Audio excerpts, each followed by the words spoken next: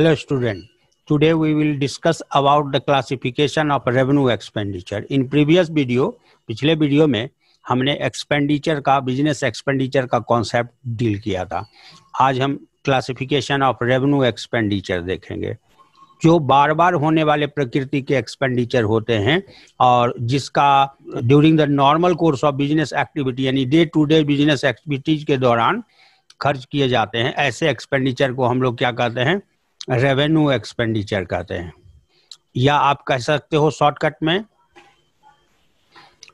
Cost of services and things which are incurred during day-to-day normal course of business activities to generate revenue to the firm and the benefits of which are expired during the accounting period for which they have been made. Is it clear? यानी जिस कोई भी सेवा का, जैसे आप rent पे करते हो, सर्विस के लिए सैलरी पे करते हो, उसके अलावा आप अदर मजदूर को मजदूरी देते हो उसके सेवा के बदले में. तो these are the example of revenue expenses because these have been incurred in order to generate revenue. व्यापार को इनकम आ सके उसके समानांतर रेवेन्यू के पैरेलल जो एक्सपेंस किया जाता है उसको रेवेन्यू एक्सपेंस कहते हैं. ओके और जिसका बेनिफिट अकाउंटिंग पीरियड में समाप्त हो जाता है, एक्सपायर्ड हो जाता है. तो आज हम लोग क्लासिफिकेशन देखेंगे. मोस्टली रेवेन्यू एक्सपेंस क्या है इसके बारे में पिछले वीडियो में डिस्कस कर चुके हैं, इसीलिए केवल क्लासिफिकेशन को देखें, यानी टाइप्स ऑफ रेवेन्यू एक्सपेंडिचर में.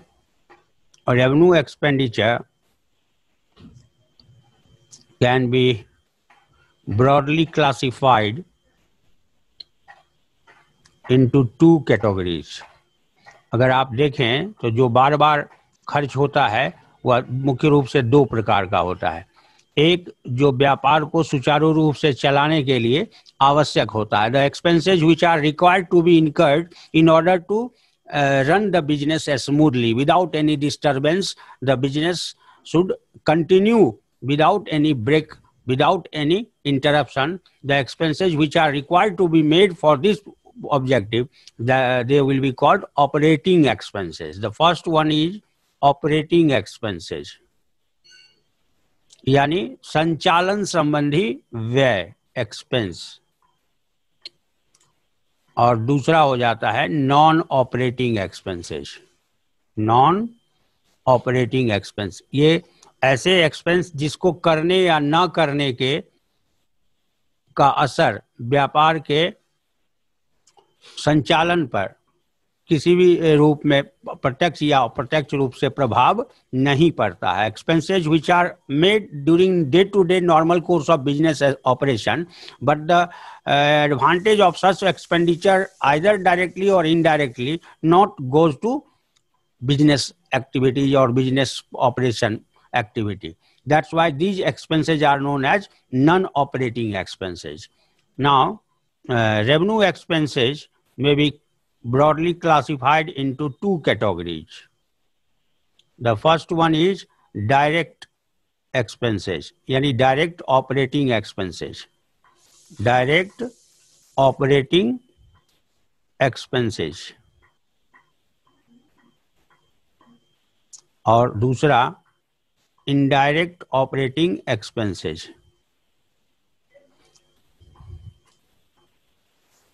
फिर डायरेक्ट को अगर हम मैन्युफैक्चरिंग कंसर्न के पॉइंट ऑफ व्यू से देखें तो ये दो प्रकार का हो जाता है. एक परचेजिंग एक्सपेंसेस, परचेजिंग एक्सपेंसेस, और दूसरा मैन्युफैक्चरिंग.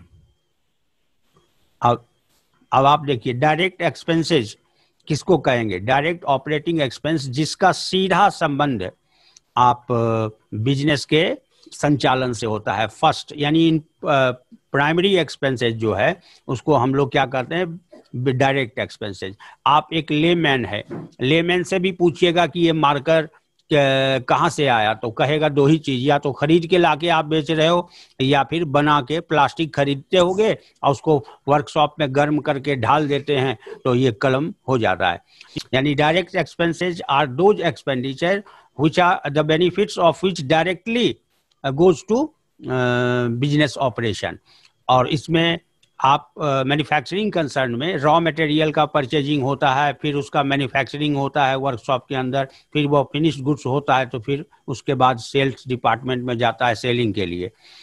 तो परचेजिंग एक्सपेंस और मैन्युफैक्चरिंग एक्सपेंस दो क्लास में हम इसको बांट देते हैं, परचेजिंग एक्सपेंस और मैन्युफैक्चरिंग.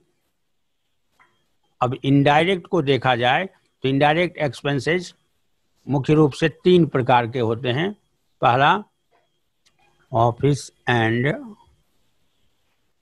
एडमिनिस्ट्रेटिव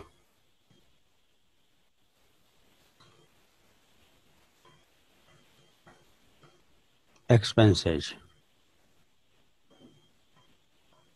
and second है selling and distribution expenses, and third is financial charges. तो इसको बारी बारी से हम लोग समझें. Expenses incurred on purchasing of goods, raw material are normally known as purchasing expenses like carriage inward, cartage, coolie charge, dock charge, landing charge, port charge, clearing charges, है ना, railway freight, insurance for transit of goods. These are the example of purchasing expenses.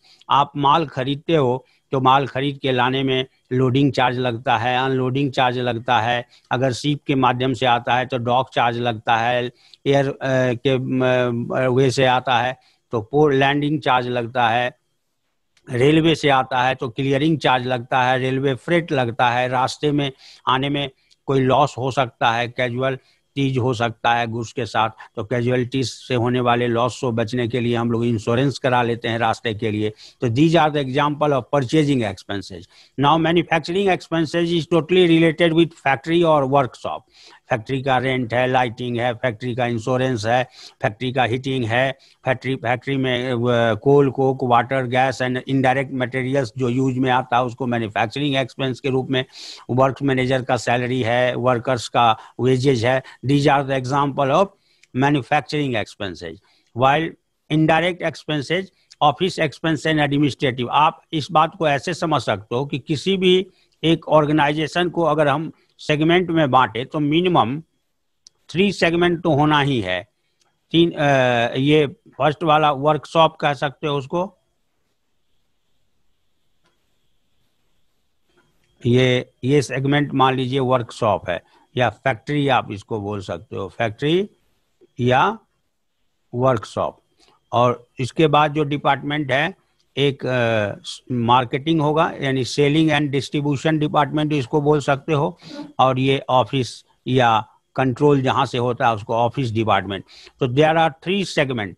तो आपने देखा कि raw material purchasing से लेकर के manufacturing का काम कहाँ होगा, वर्कशॉप के अंदर होगा. तो ये क्या कहलाएगा, direct expenses, purchasing and manufacturing expenses, ये डायरेक्ट हो गया. इसके अलावा जितने भी हैं सब के सब इनडायरेक्ट हैं. ऑफिस में आप एक सेगमेंट कर सकते हो फाइनेंस का, फाइनेंस डिपार्टमेंट. तो फाइनेंशियल अरेंजमेंट के अगेंस्ट में जो एक्सपेंसेज होता है उसको क्या कहेंगे, फाइनेंशियल चार्जेज, है ना. आप फिर देख सकते हो ऑफिस का जो एक्सपेंस है मैनेजमेंट से रिलेटेड एक्सपेंस है, जैसे ऑफिस का लाइटिंग हो गया, ऑफिस रेंट हो गया, ऑफिस इंश्योरेंस हो गया, है ना. इस सब को हम क्या कहेंगे, ऑफिस एक्सपेंसेज या ऑफिस एंड एडमिनिस्ट्रेटिव एक्सपेंसेज. अब सेलिंग एंड डिस्ट्रीब्यूशन डिपार्टमेंट होता है, बिक्री विभाग और वितरण विभाग जिसको कहते हैं हिंदी में. तो सेलिंग एंड डिस्ट्रीब्यूशन में भी खर्चे होते हैं, जैसे कमीशन हुआ एजेंट को देते हैं, माल को बाहर सप्लाई करने में कैरेज आउटवर्ड लगता है, एडवर्टाइजिंग का खर्चा आता है, पैकिंग का खर्चा आता है. These are the example of selling and distribution expenses. तो इसको हम लोग क्या कहते हैं, selling and distribution, selling and distribution expenses. तो इस प्रकार से आप रेवेन्यू एक्सपेंडिचर को ब्रॉडली 2 कैटेगरी में बांटा, ऑपरेटिंग, नॉन ऑपरेटिंग फिर ऑपरेटिंग 2 पार्ट में आ गया, डायरेक्ट इनडायरेक्ट। डायरेक्ट 2 पार्ट में, परचेजिंग मैन्युफैक्चरिंग, और इनडायरेक्ट 3 पार्ट में, financial office administrative expenses, selling distribution expenses and financial charges. तो आज के लिए इतना ही। Thank you.